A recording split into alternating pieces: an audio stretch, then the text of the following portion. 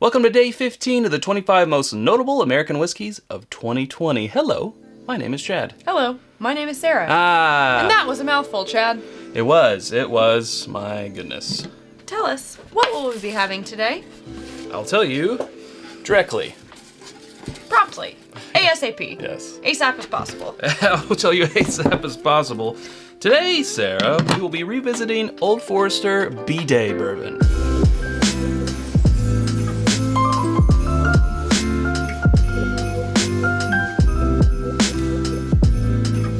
Old Forester Birthday Bourbon. Now, Chad, I have to be honest with you about this. Be honest with me, Sarah.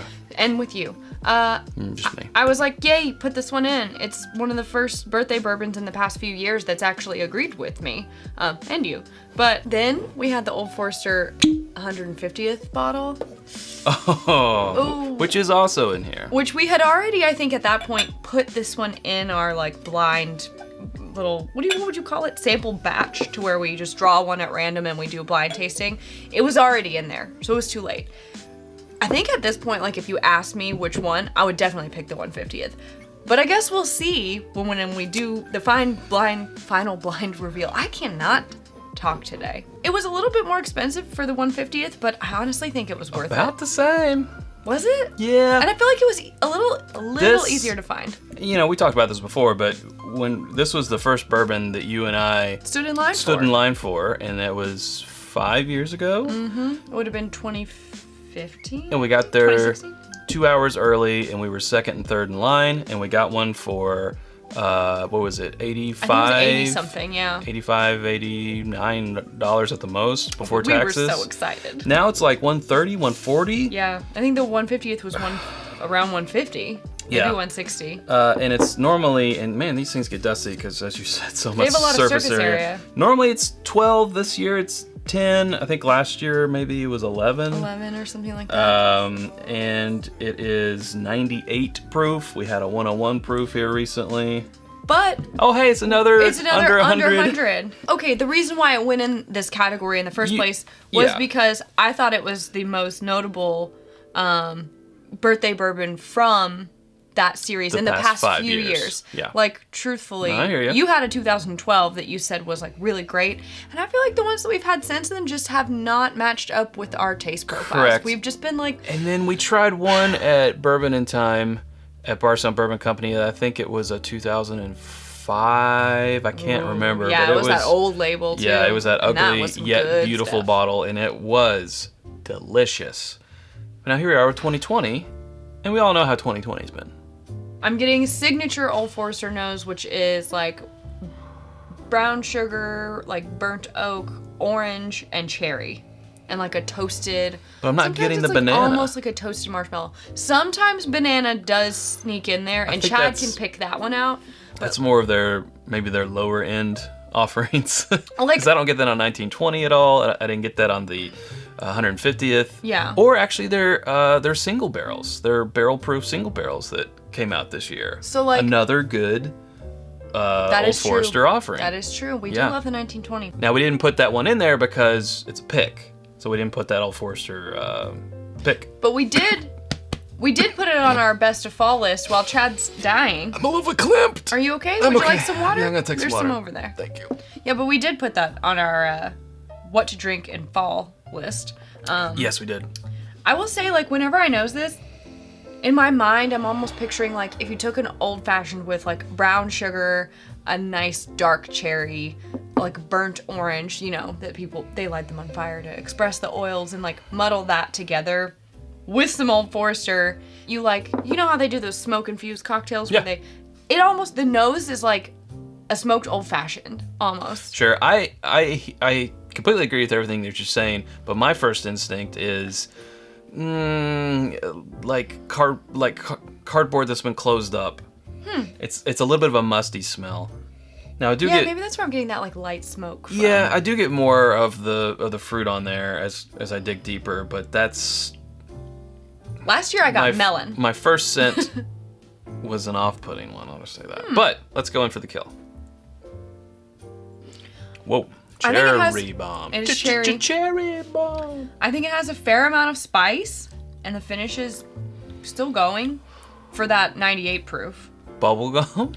It is Bubblegum in my dish? Gum-esque. Mm-hmm. You know, that's interesting, because the first time I heard anyone say a bubblegum note was a Brown-Forman product. Yes. It was we Woodford. were at Woodford. But that's an interesting I think tie-in. that their notes can just go a little fruity in a way that comes off as like, I don't know, I always get orange and cherry. What's that finish? That finish is almost not I don't know, I'm still getting the gum. natural. Like I don't know about that. like that smell that I attributed to sort of a musty, sort of boxed in type of scent I'm sort of now remembering that on this finish. I know you already went in for your second, but I did. I hate to be this way. You know, we earmarked this one for this purpose. And as we've come back to it, there's still some good qualities about it, and they're still good in you. Agreed. I can feel it. That I think this is better than recent years. But there's still something that's just not quite right. Like you said on the finish, it's like something's wanting. Okay, I think I'm starting to drill down on it now. It's like a little bit of a bitter, or maybe bitters, in a plum, raisin, fig type of world. Huh. Okay. That's sort of like what the finish is. Which isn't something that I would say is my favorite finish, but that's what I'm getting. Are you anywhere in that neighborhood? I am 100% still on like vanilla, bean, cherry, like a Luxardo cherry, some nice zesty orange, muddled with some light brown sugar, and I mean, I'm seriously just getting like that type of old-fashioned. When I'm saying an old-fashioned, I definitely don't mean like the muddled maraschino cherry and like a slice of orange. Right. I very dislike seeing that done. Right. If someone's like, oh, we're serving old fashions, I'm like, great, I'll take one. And that comes out. And I don't mean to be a snob. It's just like... It's just not your bag. Well, I think that my issue is that the synthetic fruit notes, especially from the cherry, overpower any bourbon that you put in there. Yeah. And I want to taste the bourbon. I don't want to taste the sugar. Let it be a bourbon-forward cocktail. Sure, but lots of people want to taste that. So old fashions aside. This reminds me of an old-fashioned. Correct. Not my favorite old-fashioned. We'll just say it that way. Yeah. And everything you say, I'm like, yes, I agree. I agree with that. I agree. But then I'm also kind of getting what I said, like a bitter or like a high percentage of chocolate, cocoa, that type of bitter. There is a bitterness, yes. With like a raisin or a fig type of situation. Maybe even and some little I get plum. it at the end especially. It's almost like the taste that you get after you've had a sip of coffee, where it is bitter. I mean, when you come to life with coffee, you don't really notice it, but it is like bitter, and it kind of makes your taste buds, I don't know, tense up.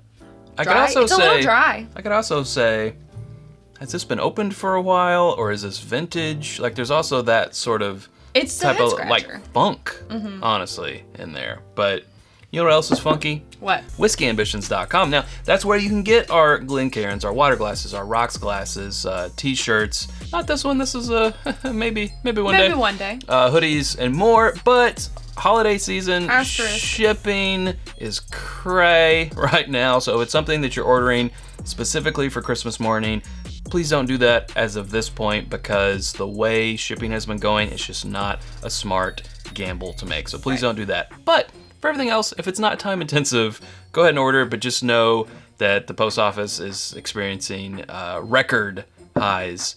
Along with the pandemic, not a good cocktail. No. Speaking of cocktails. But that's WhiskyAmbitions.com. You can become a patron at patreon.com/itsbourbonnight and join our community for as little as $1 a month and get patron-only exclusives just for you. Boom. So, who wants to answer this? The question of what about this made it worthy to go in this list? Well, I think this one's going to be a little bit of a different approach, and I think I might be able to answer for both of us. Okay, go for it. I think I was pushing for this one a little bit more than you, originally. Because I tend to be more open. Like, I liked 1910 more than you did. I'm a little more open to this one than you are. And it's just, I think, it's just not your flavor profile exactly. So I think I pushed for this one originally. As I said, once I had the Old Forester 150th, I was like, okay, whoa, now my meter is set straight. Like, this is I'm what reset. it can be. Right. And this is what this is. This is what this is. So I think I had already put this in here, as we said before. And as we're coming back to it, I don't know that I would do it again necessarily. Or maybe it's like last place on the list. I don't know. Well, you know, I didn't really give any pushback on this being in here because I kind of felt like I wanted to see blind where it would end up on the list.